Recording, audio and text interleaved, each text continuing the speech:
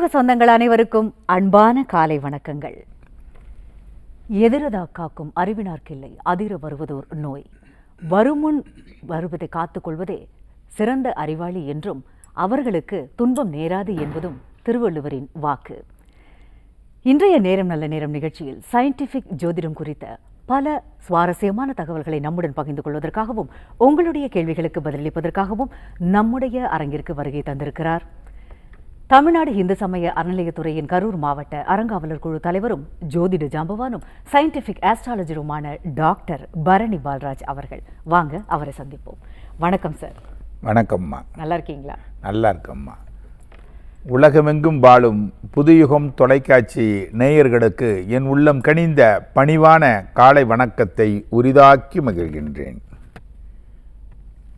நல்லா இருக்கீங்க? நல்லா இருக்கேன் சார். நன்றி சார். இன்னைக்கு பேச போகிற ஒரு ஹாட் டாபிக், அதாவது பெற்றோர்கள்லாம் அச்சப்படுகிற ஒரு விஷயம், பிள்ளைகள் சந்தோஷமாக ஒரு பட்டாம்பூச்சி பறக்கிற மாதிரியான ஒரு விஷயம், அதாவது காதல் திருமணம் சார்.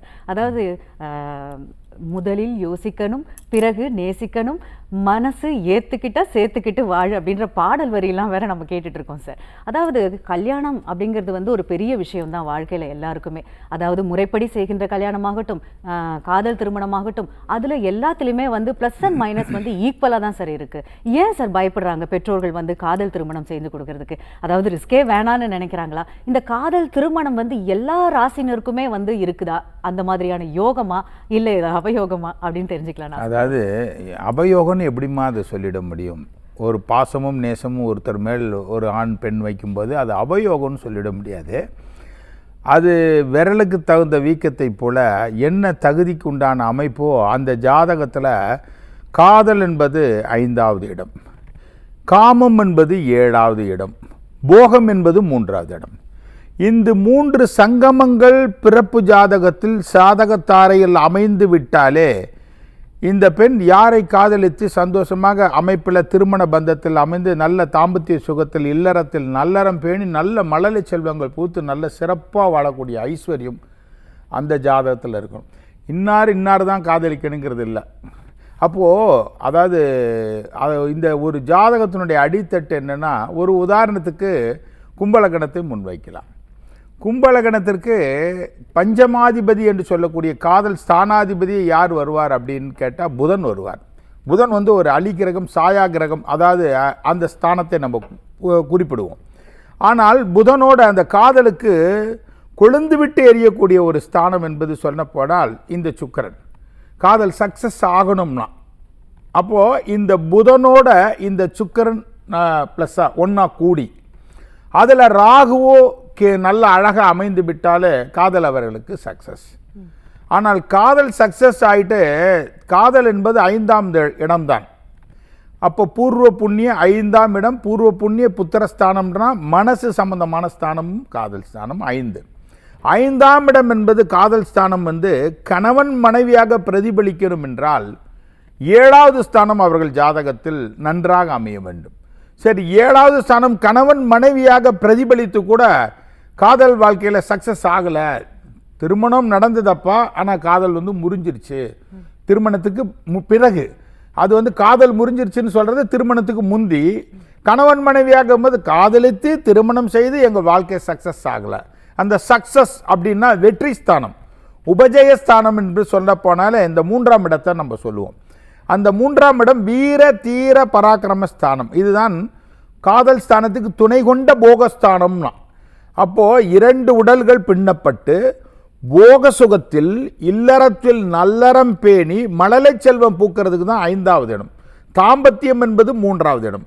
7ஆம் இடம் என்பது மரத்துக்கு மரம், கிளைக்கு கிளை, குரங்கு தாவக்கூடிய மனசை கொடுப்பது 5ம் 7ம்.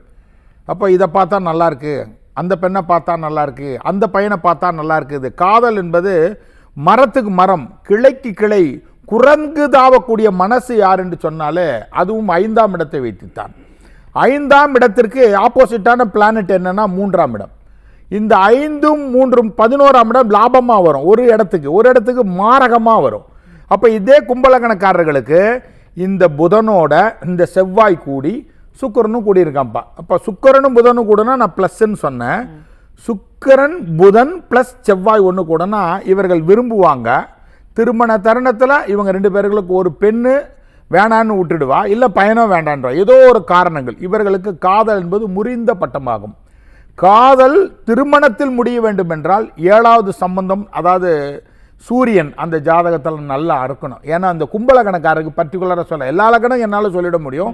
12 லக்கணம் 12 ராசிக்கும் நம்ம எடுத்துக்கொண்ட பொருள் காதல். இப்போ ஒரு ஸ்தானத்தை எது குழப்பி விட்டுட்டோம்னா அவங்களுக்கு புரியாது. அப்போது அந்த ஜாதகத்தில் சுக்கிரனும் புதனும் நன்றாக அமைந்து விட்டாலே காதல் நல்ல சக்ஸஸ் ஆகும். ராகு கூடி விட்டால் நல்ல மல்டிப்ளஸ் பண்ணும். ஆனால் கேது கூடிட்டா அந்த காதலை முறிவடை வைக்கும். செவ்வாய் எப்படி காரகத்தை ஈர்த்து வேலை செய்யக்கூடிய அம்சம் இந்த கேதுவுக்கு உண்டு. அதான் காதலை முறிவடையக்கூடிய ஒரு அம்சன்றது செவ்வாய் வெட்டுப்படுறது, துண்டுபடுறது, பிரிவினையாக்குறது, பிளவுகள் விரிசல்களை உண்டு பண்ணுறதுக்கு உண்டான கிரகமே செவ்வாய் தான். அப்போது இந்த கும்பல கணக்காரர்களுக்கு இந்த புதன் செவ்வாய் கூட்டிட்டா இவர்களுக்கு 8ஆம் கனி தான். இந்த பொண்ணை காதலிப்பான், என்னப்பா காதலிக்கிறேன்னு கேட்டான். ஆமாம் சார், நான் காதலிச்சு இவ்வளோ தான் கல்யாணம். அது சரி, காதல் நீ அடுத்த மனைவியை தான் நீ காதலிப்ப அப்படின்னு எப்படி சார் சொல்கிறீங்கன்னா, இல்லைப்பா நீ காதலிப்பப்பா அடுத்தவர்களுக்கு மனைவியாக போகக்கூடிய ஒரு பெண்ணை தான் நீ காதலிப்ப அப்படின்பா. இல்லை சார் நான் அப்படியே ஒருமித்து இருப்பேன்னா அடுத்த ஒரு 2 வருஷம் கழிச்சு வருவான், சார் அந்த காதல் முறிஞ்சிருச்சு சார், இன்னொரு காதல் ஓடிக்கிட்டு இருக்குன்னா. நீ 10 காதல் பண்ணா கூட 11ஆவதா உன் வீட்டில் பார்த்து தாய் தாப்பன் பார்த்து அமைக்கக்கூடிய வாழ்க்கை தான் உனக்கு அமையணும். கோவையிலேருந்து ஒரு பையன் காலேஜிலேருந்து எனக்கு ஜாதகம் பார்க்க வந்தான். என்னப்பா காதல் என்பது மரத்துக்கு மரம் கிளைக்கு கிளை குரங்கு தாவக்கூடிய மனசு யாருக்குன்னா இவர்களுக்கு காதல் துண்டுபட்டுக்கிட்டே இருக்கும். அடுத்தது ராகுவோட கூடும்போது இன்னொரு காதல், அடுத்தது இன்னொரு காதல், இன்னொரு காதல் போயிட்டே இருந்ததுன்னா அவங்களுக்கு காதல் எப்படி சார் கைகூடி திருமணத்துக்கு கொண்டு முடியாதும்மா. இவர்களுக்கெல்லாம் எப்படிம்மா எல்லாருமே காதல் பண்ணுறவங்க எல்லாருக்குமே திருமண பந்தத்தில் சக்ஸஸ் ஆகிடுதம்மா. அதாவது நல்ல ஓரளவுக்கு அந்த ஸ்தான பலங்கள் நல்லா அமைந்து இந்த 3ஆம் வீடு வெற்றி ஸ்தானம் நல்லா அழகாக அமைஞ்சிட்டாவே இவர்கள் காதல் வாழ்க்கை நல்ல சக்ஸஸ் ஆகும். நிறைய பேர் கல்லூரியில் இருக்கக்கூடிய பெண்களும் ஆண்களும் வேலையில் இருப்பாங்க. சார் நான் இது மாதிரி என்னம்மா உன் பையனை விரும்புகிற அதுக்காக தான் உன்னோட்ட தூக்கிட்டு வந்துட்டீங்களா 2 பெண்களும். ஆமாம் சார், காதல் சக்ஸஸ் ஆகுமா. காதலுக்கு என்றைக்கும் பச்சை கொடி தான், சிகப்பு கொடி காட்டல வேலை. ஆனால் ஜாதகத்தில் விதி இருக்கா? சரி எல்லாம் ஓகே, நீங்கள் காதல் பண்ணுறீங்க, காதலிக்கக்கூடிய ஒரு கம்யூனிட்டி வைஸில் மதமோ ஜாதிக்கு அப்பாற்பட்டு இந்த காதல் வருது, எல்லாம் ஓகேன்ட்டு பேரண்ட்ஸுடைய சம்மதம் மட்டும் ஏன் கடைசியில் தேவைப்படுது உங்களுக்கு? ஏன் காதலிக்கும் போது அந்த பேரண்ட்ஸு இந்த பையன் வேறு மதத்தை சார்ந்தவனாக இருக்கான், வேறு இனத்தை சார்ந்தவனாக இருக்கான், வேறு ஜாதியை சார்ந்தவனாக இருக்கான்னு ஏன் அப்போ நீங்கள் சிந்திக்கலை? காதல் என்பது சொல்லிட்டு வர்றதெல்லாம் இல்லை. அப்போ அந்த முடிவு எடுக்கக்கூடிய தைரியம் படைத்த நீங்கள் ஏன் திருமண பந்தத்தில் மட்டும் அப்பா அம்மாவை சகிப்புத்தன்மையோட, பிடிக்கவே பிடிக்காது அப்பாவுக்கும் அம்மாவுக்கும் பிடிக்காது, சேனலில் பார்க்கும்போது தொலைக்காட்சியில் பார்க்கும்போது காதலுக்கு மட்டும் தாய் தாப்பன ஒரு கிராமத்து பெண்களாக இருப்பாங்க, கிராமத்து வசியாக இருப்பாங்க. ஆனால் காதலுக்கு அப்போ மட்டும் சக்ஸஸ் ஓகேன்னு சொல்லுவாங்கம்மா. தன் வீட்டில் காதல் நடந்துட்டா அப்பா ஐயோ ஒத்துக்க மாட்டாங்கம்மா. அப்போது இந்த ஜாதகத்தினுடைய தன்மை காதல் என்பது திருமண பந்தத்தில் யாருக்கு போய் சக்ஸஸ் ஆகும்? சரி, திருமண பந்தத்தில் சக்ஸஸ் ஆகிட்டா மட்டும் போதுமா? ஒரு பெண்ணு பாருங்கள், பெங்களூர்லேருந்து என்னை பார்க்க வர்றாங்க. அவங்க ஒரு மருத்துவர், இன்னொரு பையன் அதே ஐடியில் வேலை செய்கிற 2 பேர்களுக்கு காதல். அந்த காதல் புரியுறாங்க, தாய் தகப்பனை என்னிடத்தில் அழைச்சி வர்றாங்க, பொருத்த பந்தத்தை பார்த்து மேட்ச் பண்ணுறதுக்காக. கடைசியில் 2 வீட்டாரும் வர்றாங்க. பார்த்த உடனே என்னம்மா 1 வருஷ காதலில் பல ஆண்டுகள் காதல் தான் சக்ஸஸ் ஆகுமான்னா, திருமண பந்தத்தை நீங்கள் அமைச்சிங்கன்னா நிச்சயமாக பிரிவினை கோட்டில் வந்து நிற்பீங்க. என்ன சார் இப்படி சொல்கிறீங்க? 1 வருட காதலில் 2 வருட காதலில் பள்ளி பருவத்திலேருந்து கல்லூரி பருவத்திலேருந்து இன்றைக்கி நாங்கள் தொழில் ரீதியாக புரியக்கூடிய அம்சத்துலேருந்து காதலிக்கிறோம். அது எப்படி எங்களுக்குள்ளே இல்லாத ஒரு பிரச்சனை திருமணத்துக்கு பிறகு ஏன் நாங்கள் முறிவடைவோம்னா, அதைத்தான் சொன்னேன். 5ஆம் இடம் காதல், 7ஆம் இடம் காமம், 3ஆம் இடம் போகம். இந்த போகம் உங்களுக்கு சாதகமாக அமையல, 7ஆம் இடம் அவுட்டாக இருக்குது. காதலன் காதலிகள் காதலன் காதலியாக இருந்து விடுங்கள். 7ஆம் இடம் என்பது திருமண பந்தத்தில் வந்தால் இவர்களுக்கு முறிவடைகின்ற. அப்போ பார்த்துட்டு என்கிட்ட சவால் விடுறாங்க, அதெல்லாம் சக்ஸஸ் கிடையாதம்மா, நான் பொருத்தத்தை குறிக்க மாட்டேன்னு சொன்னேன். போயிட்டாங்க, அவங்களுக்கு திருமணம் நடக்குது. 1 வருடம் 3 மாதம் 12 நாள் கழித்து என்னோட ஆஃபீஸ் கரூர் அலுவலகமே வர்றாங்க. பார்க்கும்போது அன்றைக்கி பேரண்ட்ஸ் வரல, இன்றைக்கி இவங்க வர்றாங்க. காதல் சக்ஸஸ் ஆகட்டும்னா நான் சொன்ன வாக்கு பொய்யாகட்டும், எழுதப்பட்ட நான் வாக்கு சொல்லலை, எழுதப்பட்டதனுடைய நியதி. 1.25 வருஷம் கழித்து என்னை பார்க்க வர்றாங்க. மீண்டும் பார்த்தோன்னா கணவன் மனைவி, வடதுருவம் தென்துருவம் போல் 2 பேரும் ஒன்றா வந்திருந்தாலும் மனசு என்பது அந்த மாதிரி தான் இருக்குது. அந்த பொண்ணு கேட்குறா, சார் நீங்கள் ஏற்கனவே சொன்னீங்களே முடிச்சிடறோம்மா, எங்களுக்கு திருமணமாகி முறிவில் வேறு வாழ்க்கை தான் நடக்கும். நீங்கள் சொன்ன ஒரு வார்த்தை தான் சார் எங்களுக்கு உண்மை. எனக்கு இன்னொரு கல்யாணம் பண்ணிக்கணும் அப்படின்ற ஒரு ஐடியா இருக்குன்னு அந்த பையனுக்கு மனசே இல்லைம்மா. அந்த பையனுக்கு இந்த பெண்ணோட வாழணும்னு ஐடியா, ஆனால் இந்த பெண்ணுக்கு மற்றொருனோட வாழணும் எழுதப்பட்ட விதி. யாரோ ஒரு சைடு முறிஞ்சாலும் அது முறிவு தானம்மா. அந்த பையன் உருகுறான் தருகிறான், நீ என்ன சொன்னாலும் கேட்குறான்றான். அப்போது ஏன் ஒரு வருடம் இல்லை, பள்ளியிலிருந்து கல்லூரியிலிருந்து வேலை பார்க்குற நிமித்தத்திலேருந்து காதல் என்பது வாய்கிழியே பேசுனீங்களே, நான் இன்னைக்கு வாபஸ் வாங்கிக்கிறேன் சார், என்னால் இவனோட வாழ முடியாதுன்றாங்க. சார், உங்களுடைய ஜோதிட நுணுக்கத்தால் வந்து இன்றைய இளைஞர்களையும் உங்கள் பக்கம் திரும்ப வச்சுட்டீங்க சார் அப்படின்னே சொல்லலாம். அதாவது மனப்பொருத்தம் இருந்துட்டா எல்லா பொருத்தமும் அவர் நெட்வொர்க் ஃபாலோஸ் அப்படிங்கிற மாதிரி பின்னாடியே தொடர்ந்து வரும் அப்படின்னு சொல்கிறாங்களே சார். இந்த கல்யாணம் வந்து பண்ணி, அதாவது உங்களுடைய இது எக்ஸ்பீரியன்ஸில் பார்த்துருப்பீங்க, இந்த காதல் வந்து திருமணத்தில் போய் முடியும் அப்படின்ற மாதிரி பார்த்துருக்கீங்களா சார்? நிறைய ஏராளமான ஜாதகங்களை பார்த்துருக்கேன். என்னம்மா அப்படி கேட்டீங்க? இது ரிஷபலக்கணத்தை முன்வைக்கலாம். ரிஷபலக்கணத்திற்கு 7 களத்திர ஸ்தானாதிபதியாக ரத்தத்துக்கு, காரகத்துக்கு, வீரியத்துக்கு சொந்தக்காரனே செவ்வாய். அப்போ பாசா நேசங்களுக்கு சொந்தக்காரன் சுக்கிரன். இந்த லக்னத்திற்கு 7ஆம் இடத்ததிபதி செவ்வாய், லக்னத்திற்கு 6இல் கெட்டு கூட ராகுவோட பின்னப்பட்டு ராகு சாரத்தில் இருந்து விட்டாலே இந்த பெண்ணு காதலித்து தான் திருமணம் செய்வாள் என்பது எழுதப்பட்டதனுடைய திண்ணம். காதல் என்பது கொழுந்து விட்டு எரிய வேண்டும் என்றால் இந்த காமாந்த காரகன் என்று சொல்லக்கூடிய களத்திர கிரகம் வந்து சுக்கிரன். இந்த சுக்கிரன் இந்த புதனோட இந்த ரிஷபலக்னர்களுக்கு மிங்கிள் ஆயிட்டு செவ்வாய் 6ல் போய் மறைந்திருந்தாலே இவ யாரை கட்டினாலும், இந்திரலோகத்து சுந்தரியை கட்டினாலும் அப்படி தான் இருப்பான். கீழ்நிலையில் கட்டக்கூடிய ஒன்றுமே இல்லாத கடைத்தெருவில் இருக்கக்கூடிய கட்டாந்தரையில் இருக்கக்கூடிய பெண்ணை கட்டினாகணும் இவனுடைய வாழ்க்கை பாரிஜாத மலர் போன்று போக்குமா.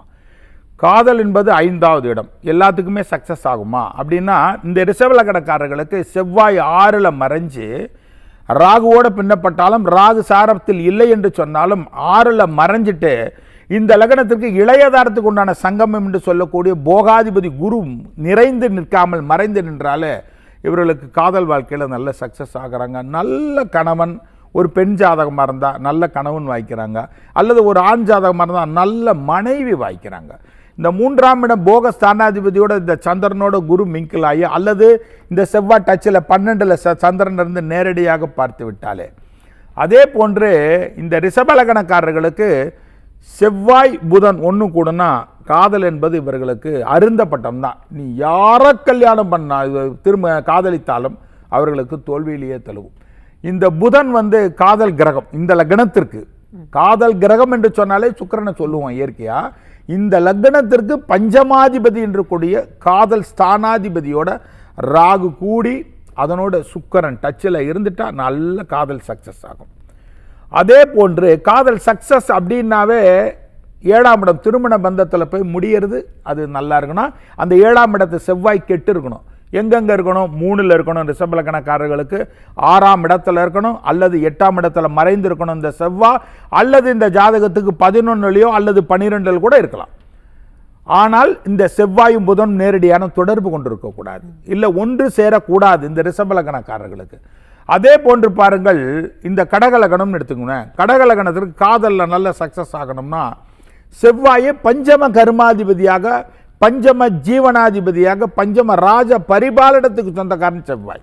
அவனோட யார் கூடனா லக்னாதிபதி என்று சொல்லக்கூடிய கடகலகணத்திற்கு சந்திரன் மிங்கிள் ஆயிடணும், அல்லது குரு டச் ஆயிட்டா இவர்களுக்கு காதல் என்பது அவ்வளோ ஒரு அந்யுன்யமான காதலாக இருக்கும்மா. அதே போன்று காதல் என்பது காதலிக்கிறது மட்டுமல்ல, அவர்களுக்கு அருமையான ஊர்வோற்றும் பிள்ளை, பார்வோற்றும் பிள்ளை, உத்தமமான குழந்தைகள் பிறப்பது என்று சொன்னாலே இந்த கடகலகணத்தில் பிறந்து செவ்வாய் சந்திரன் குரு மிங்கிள் ஆகி டச்சில் இருந்ததை, அதை நெகட்டிவான பிளானட் யாருன்னா இந்த புதன் நேரடியாக பார்வை அல்லது சுக்கிரனுடைய டச் இல்லாமல் இந்த புதனும் சுக்கிரனும் நல்ல டச்சில் இருந்தால் நல்ல போகஸ்துகம் கிடைக்கும். புதன் சுக்கிரன் ஒன்று கூடி இருந்தால் இந்த கடகலகணத்திற்கு.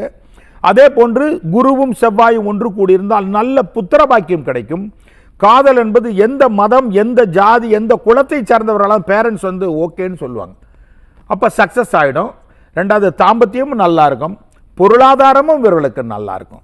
அதே வந்து கடகலக்கணம் முடிக்கிறோமா, கடகலக்கணக்காரர்களுக்கு 5ஆம் இடத்ததிபதி இந்த செவ்வாயோட கடகலக்கணம்னு எடுத்துக்கோங்க. எடுத்துக்கிட்டாவே அந்த செவ்வாயோட கேது கூடியிருக்கான்னு பாருங்க, அது காதல் மைனஸ் ஆகும்.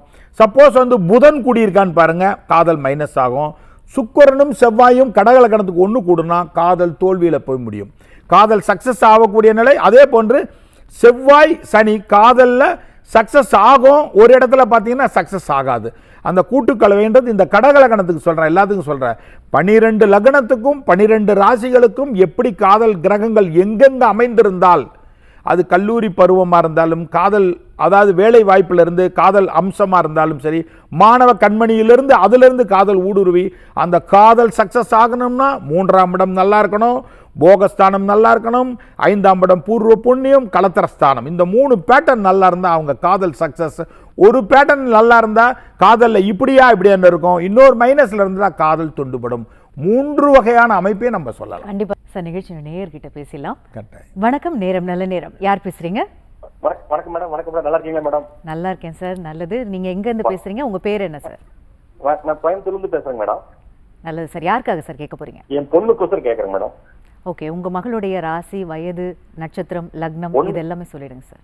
1/11/1998 மேடம். 98. கும்பராசி, பூரட்டாதி நட்சத்திரம், கன்னி லக்னம் மேடம். Okay sir. என்ன சார் கேள்வி? திருமணம் தாங்க மேடம். இந்த 12ல செவ்வாய் இருக்கிறதுனால திருமணம் அப்படின்னு சொல்லி தகவலையும் சொல்றாங்க மேடம். அது ஐயா கிட்ட கேட்கறேன். கண்டிப்பா நீங்க சார் கிட்ட பேசலாம்.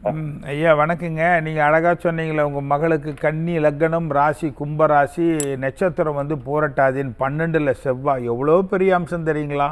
அதை விட அந்த சந்திரனால் பார்க்கப்படுது பாருங்க. நீங்கள் கும்பராசி பூரட்டாதின்னு சொன்னீங்க பாருங்க, அந்த லக்னத்திற்கு போக தாம்பத்திய ஸ்தானாதிபதி போகத்திற்கு கர்மம் ஏறி கர்மஸ்தானம் ஏறி லக்னத்திற்கு பாவி மறைந்ததே நிறைந்த பலம், கெடுபலன் குறையுது. ரெண்டாவது சந்திரன் வந்து இந்த பாப்பாவுக்கு கும்பத்தில் 1998 பிறந்தவங்க, கும்ப ராசின்னு நீங்கள். அந்த சந்திரனும் செவ்வாயும் பார்த்தீங்கன்னா போகத்தில் அழகப்பா அருமையான பாக்கியம் உங்கள் மகளுக்கு இருக்குது. அதே போன்று இந்த ஆப்போசிட்டான பிளானட் அதனோட இந்த செவ்வாயோட ராகுவோ கேதுவோ அல்லது சனியோ இருந்தால் அப்படி கொலாப்ஸ் ஆகிடும்.